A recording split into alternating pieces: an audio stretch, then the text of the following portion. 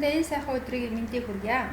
Хязуунаа боловсролын төвөөс та бүхэндээ тогтмол болгон хүргэж байгаа мэдээллийн буланг маань сонирхон үзэж байгаа та бүхэндээ маш их баярлалаа.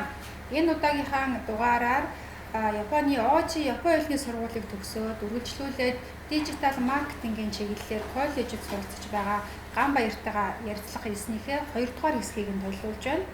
За энэ 2 дугаар хэсгээр бид хоёр юун талаар ярилцсан бэ гэхээр Ожи Японы хэлний сургуулийн Японы хэлтэй холбоотой, орчин нөхцөлтэй холбоотой төрөл бүрийн сонирхолтой мэдээллүүдийг та бүхэндээ хүргэхээс гадна ер нь Ганбаяр маань Японы улсад одоо 3 жил ажиллаж амьдарч суралцж байгаа оюутны хувьд тухайн орчин нөхцөлдөө хэрхэн яаж хурдан дасан зохицсон бэ гэдэг талаараа өөрийнхөө түүхийг хуваалцж байна.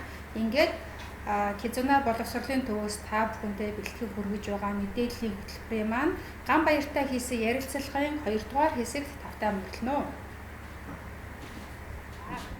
Тэгээ зөндөө олон гоё мэдээллүүд өгж байгаа Ганбаяртай баярлалаа.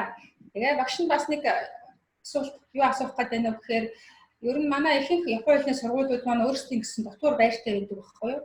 Тэгээд Ожи Японы хэлний сургуулийн дотор байрны талаар ер нь Японд очиод мэдээж суралцсан гэдэг чинь бас тэндээ ажиллаж амьдрах учраас байрны асуудал бол хамгийн том асуудал болж эхэлдэг шүү дээ. Тэгэхээр энэ асуудлаа манай Ганбаярын хувьд яаж зохицуулсан бэ? Энэ талаараа манай үзэгчдэд товчхон өөрийнхөө туршлагыг хуваалцаач.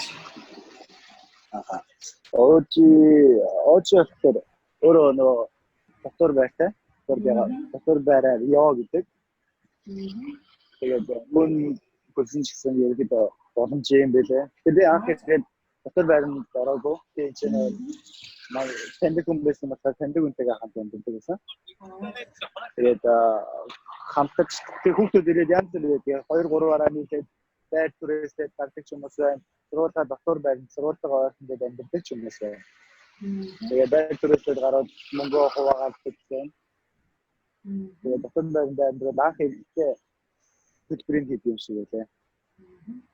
Тэгээд сургуулаас ирэхэд бүх юм хийчихсэн. Янз бүрийн багшин дааш болоод нэг сургуулийн гадаад оюутан харилцсан багш очоод юм зөвхөдөө очдог. Ихээр банкны картнаас одоо ажиллахад хэрэгтэй юмнууд, амьдрахад хэрэгтэй юмнууд юу гэдэг юм бүгднийг сургуулаас дагаад зөвхөдөө өгч. Тэгээд өөртөө явах боломжтой бол явж өгөөд явах боломжгүй бол оюутнуудаа дагаад өгч тийм.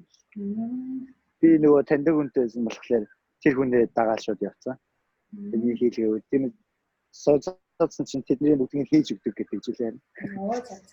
Тэгэхээр сургууль бол төрөл бүрийн байдлаар оюутнуудтай, ялангуяа гадаад оюутнуудтай маш их туслалцаа, дэмжлэг үзүүлдэг тийм сургууль юм байна шүү дээ, тийм ээ? Тийм шүү дээ. Хөвдчих юм бол дагуулад эмнэлэг явна шүү дээ.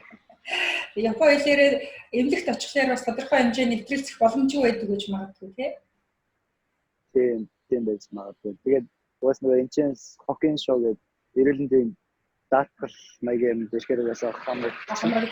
Тэгээд эмнэлэгт очиход хамаагүй юм байна.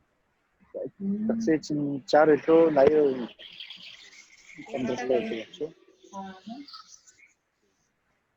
Гадаад оюутны эрүүл мэндийн даатгалд ихсэн хамрагдчих юм бол 60-аас 80% хөнгөлөлттэйгээр эмнэлэгт үзүүлэх боломжтой байх нь шүү дээ, тийм ээ? Тийм. Одоо шууд мод юу гэдгийг бүх юм талаар тийм лээ.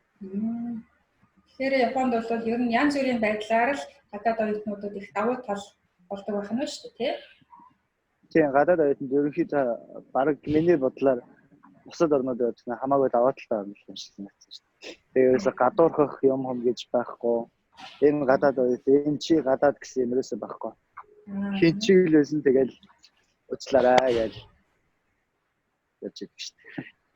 Тэр тал дээр их сайхан. Тэгээд яг нөгөө манай монголчууд чи японочдтай нөгөө гадаад царай дүр төрх угаас Азийн орн учраас гадна дүр төрхөөр их төстэй учраас бас их дотн мэдрэмж төрдөг байж магадгүй л юм тий.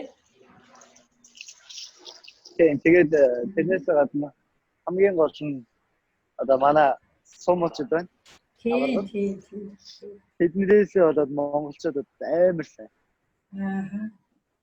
Монгол гэж хэлэхлээрээ л ерөөсөө тийм харилцаа хандлагын шал өөр болоод эхэлдэг шүү дээ нэрээ. Тийм. Монгол хэлдэг ингээд асаширо хакухо гэж хэлж байгаа юм.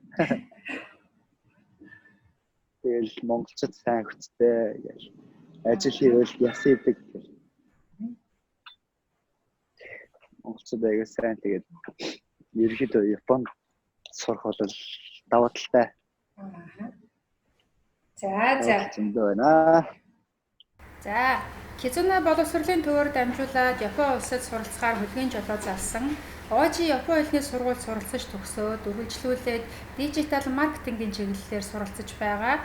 Оюутан Ганбаяртай хэлсэн ярилцлагын маань 2 дугаар хэсгийг үзсэн та бүхэндээ маш их баярлалаа. 3 дугаар хэсгээрээ өшөө илүү олон сонирхолтой мэдээлэлтэй та бүхэнтэйгээ эргээд уулзах болно.